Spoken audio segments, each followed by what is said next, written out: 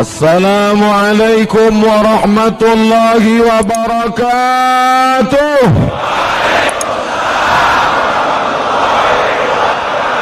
Nama yang perempuan Sayyidatuna Aisyah, Sayyidatuna Fatimah Zahra, Sayyidatuna Khadijah Al-Kubra. Pokoknya nama-nama yang baik-baik. Mudah-mudahan nama adalah doa. What is in a name? Apalah arti sebuah nama? Nama adalah doa, boy. Nama luar biasa. Nama kamu siapa? Camry. Berarti bapakmu dulu pengen punya sedan, bukan Pak Ustadz. Terus saya lahir 18 Agustus, 17 Agustus. Apa hubungannya? Camry artinya kemerdekaan Republik Indonesia. Tapi tentu nanti orang yang nggak ngerti salah sangka. Bayangkan kalau pergi umrah, panggil paspor sama petugas haji, Camry, dia sangka sedan. Coba buat di pangkalnya Muhammad Camry atau Camry Abdul Somad, kan mantap. Nah, oleh sebab itu nama yang baik-baik. Mudah-mudahan anak bapak ibu yang sudah diberi nama yang baik. Adapun nama yang kurang baik boleh ganti nama Pak Ustadz, boleh. Cara ngurusnya nanti akte kelahiran KTP, bukan urusan saya. Lalu apa lagi? Khitan. Sepakat 4 mazhab, Hanafi, Maliki, Syafi'i, Hambali. Anak laki-laki wajib dikhitan. Adapun anak perempuan yang mewajibkan khitan mazhab Syafi'i. Saya berpegang pada mazhab Syafi'i. Maka keponakan saya dikhitan. Bidan nggak mau Pak Ustadz, dokter nggak mau Pak Ustadz, cari bidan kampung, dukun. Katanya ke dukun haram, dukun khitan boleh, karena nggak pakai setan.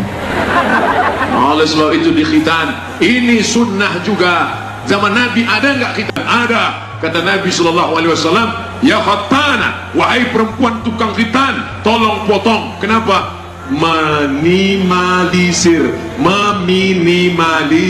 nafsu seksual. Baik sekali. Tapi seandainya dulu kecil belum, sekarang sudah besar, dikhawatirkan pendarahan terjadi akibat negatif, tidak pun tidak apa-apa, karena mazhab Maliki, Hambali, Hanafi mengatakan mukarramatun, mulia saja, memuliakan perempuan, tidak sampai kepada wajib. Tapi yang laki-laki dulu di Arab, di Jawa termasuk sama dengan di Arab, anak-anak kecil dikhitan. Tapi kami di Sumatera tradisi agak beda, taman SD baru dikhitan. Itu pun pas libur SD 40 hari, SD mau SMP mau dikhitan, lari dia.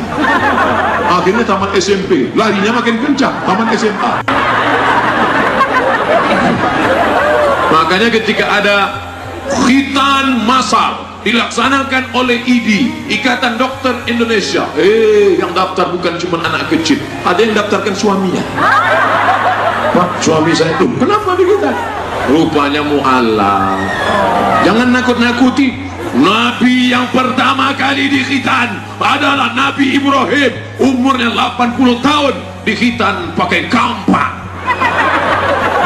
Mungkin di pojok sana ada orang yang hatinya sudah lembut, ingin dengar ceramah Ustadz Somad, saya mau masuk Islam, tapi kena bahasanya kasar, pakai kampak, langsung dia hidupkan mobil, lari langsung. Gitu. Sekarang khitan tidak menyakitkan, bukan seperti zaman dulu. Dulu khitan berendam di sungai jam 6 sore, khitannya besok jam 6 subuh, pakai bambu. Karena takut titanus, suntik belum ada waktu itu, bambu. Cus, rupanya ini praktik pertama, habis. Dulu, sekarang sudah canggih. Jangan takut-takuti orang. Ternyata segala penyakit kulit, penyakit kelamin, najis, kotor, itu bersumber dari kulit yang belum dipotong, yang menutupi ujung senapan angin. Itulah kenapa anak kecil memutus sop, luruskan sop, menghadap ke arah kiblat, luruskan sop, mohon maaf. Ada anak kecil, apa kata bapak? Anak kecil belakang. Tapi katanya anak kecil nggak memutus sop. Kata Syekh Adi Sabar dalam kitab Fatawa Al-Azhar, anak kecil tidak memutus sop solat, syaratnya 2. Yang pertama, wudhunya benar. Yang kedua, sudah berkhitan. Karena belum berkhitan ada najis di ujung, maka anak kecil di belakang. Kan nggak mungkin kita angkat satu petugas masjid di pintu melihat satu-satu. Anak-anak kecil tempat kita banyak wudhunya yang tidak sempurna. Saya ngelihat dengan mata kepala saya sendiri, saya perhatikan. Dia hidupkan keran, habis itu dia ambil air, ini kosong. Jadi kena air dia tendang-tendang aja. Anak-anak kita ajarkan nak cara wudhu yang benar. Lihat di YouTube cara wudhu mengikut sunnah Rasulullah sallallahu alaihi wasallam. Muru auladakum bisalah, suruh anak kamu salat. Wa abna'u sab'a, umur 7 tahun suruh salat. Wadribuhum fil asra, pukul 10 tahun. Umur 7 suruh salat. Umur 10 pukul. Tapi ibu mukulnya jangan sampai marah sama bapaknya, anaknya dipukul 2 kali pukul, KU. Jangan sampai anak itu hilang telinganya sebelah. Nanti ketika dia nikah, istrinya nanya, "Mas, telingamu mana?" "Dulu mama mencabut sebelah karena aku nggak sholat." Jangan. Suruh anak umur 7 pukul ketika 10. Ketika saya sampaikan cerita tentang itu, apa kata ibu-ibu? "Ustadz, nyuruh anaknya muda, nyuruh bapaknya yang payah." Jadi suami ibu nggak sholat? Enggak Pak Ustadz. Dia nggak sholat sekarang atau dari dulu? Memang dari dulu nggak sholat Pak Ustadz. Kau mau nikah sama dia? Itulah Pak Ustadz, dulu kami nggak baik, saya setan, dia iblis. Tapi sekarang kami sudah tobat Pak Ustadz. Kami tahu hidup ini hampa tanpa agama. Sekarang saya juga ikut ngaji. Itulah makanya yang gadis-gadis kalian harus mesti protek diri kalian, mesti diadakan fit and proper test penerimaan calon menantu. Jangan terima dia karena mobilnya mewah, terima dia karena ganteng, terima dia karena rumahnya besar, terima dia karena gajinya hebat, terima dia karena PNS. Lama hidup banyak dirasa, jauh berjalan banyak dilihat. Lama jadi ustadz banyak yang curhat. "Ustadz, dulu saya menikah sama dia karena ngeliat mobilnya, saya nikah sama dia ngeliat gantengnya, nikah sama dia karena ngeliat gajinya. Sekarang saya baru terasa ternyata tidur sama dia sama seperti tidur sama babi hutan." Gara-gara apa? Nggak sholat. Oleh sebab itu sholat. Tapi bicara tentang sholat rasanya mubazir. Kenapa? Sedangkan di luar masjid aja sudah seramai ini, apalagi di dalam malam masjid melimpah ruah. Ambil gambar drone dari atas, nggak kelihatan karena tertutup tenda.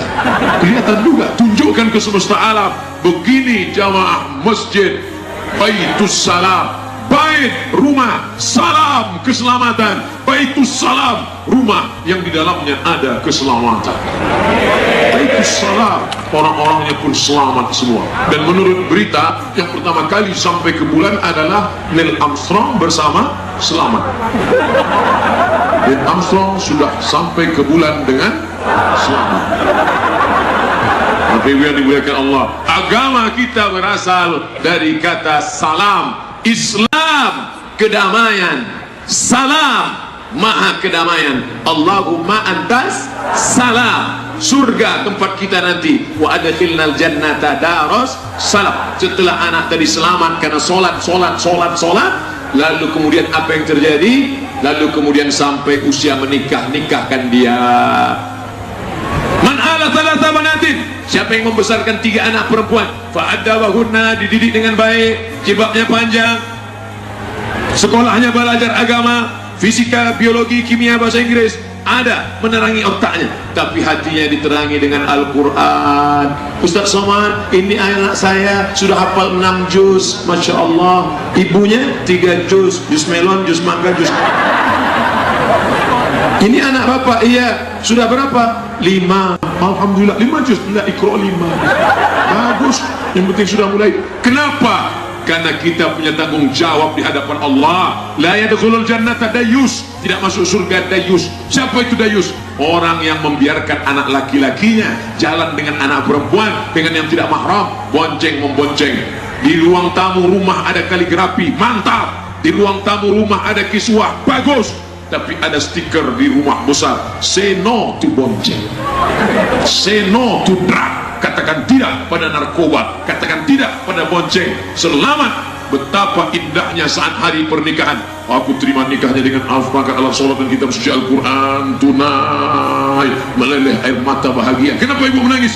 Karena jerih payahku selama ini sudah tertebus Pak Ustaz. Mudah-mudahan ibu bapak yang menjaga anak sesuai sunnah dari lahir sampai mati, sampailah saatnya kita sakaratul maut.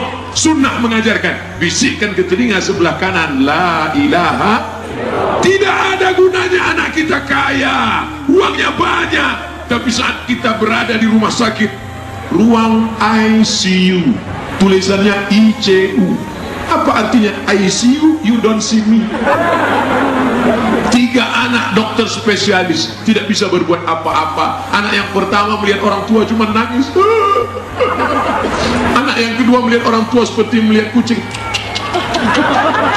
Anak yang ketiga bengong, nggak tahu mau ngapain, akhirnya ngeluarkan HP, dia foto orang tuanya. Orang tuaku sedang sakaratul maut. Bagian kasihan, tolong like and share. Coba kalau anaknya ngerti sunnah, dia akan cari telinga ayahnya sebelah kanan, dia akan bisikkan la ilaha illallah. Begitu juga lah ibu-ibu nanti kalau ngelihat bapak pagi sudah jam 6 nggak juga bangun dari kasur, la ilaha illallah.